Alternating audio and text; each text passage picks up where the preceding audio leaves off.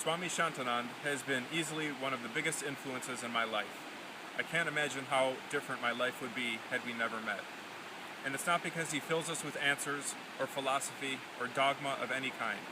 Rather, he inspires us with questions to investigate for ourselves, firsthand, who we are and how we live our lives.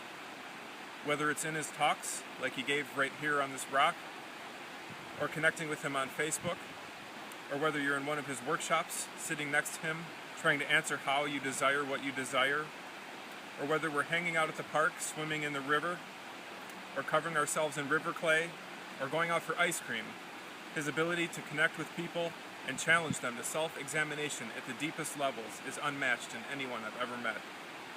He constantly asks us to tackle for ourselves the subjects of truth and non-doing, the two main pillars of his teachings. He challenges us to overcome our fears, whether it's shyness or dying for a cause we believe in. He urges us ever to wake up, find your calling, march on, immerse yourselves in the fire of truth. One of the things I admire about him is his ability to synthesize the need for outward action and inner peace. He does not shirk the need for political involvement, having personally set an example by being involved both in the Occupy movement in the U.S.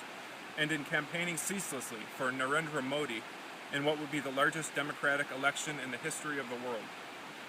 Shantji embodies the teachings of Krishna in the Bhagavad Gita more than any teacher I've ever known, by calling us to act decisively with the wisdom that there is no individual doer, to take part in the drama of life without attaching to ourselves as the actor.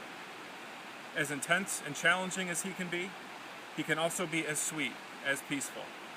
His ability to connect immediately with strangers is something I just marvel at. He doesn't claim to be perfect.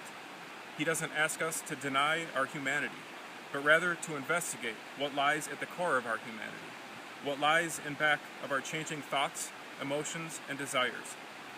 He doesn't require any formality and is more than a teacher, he is a friend. I feel very lucky, not just for the chance to hang out with him in person, but also for his online presence. He is so active reaching people on Facebook, always willing to connect with anyone and answer any serious questions. He has formed group after group for more intimate discussion of everything from spirituality to politics.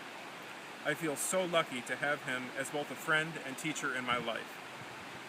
Through guiding us to question for ourselves who we are, what is the self, how do we live our life, how do we decide what we decide, he's helped to introduce me so much more fully to the one self, the background of existence.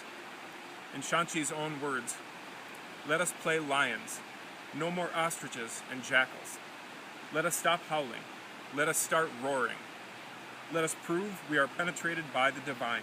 We are deathless, fearless, and loving."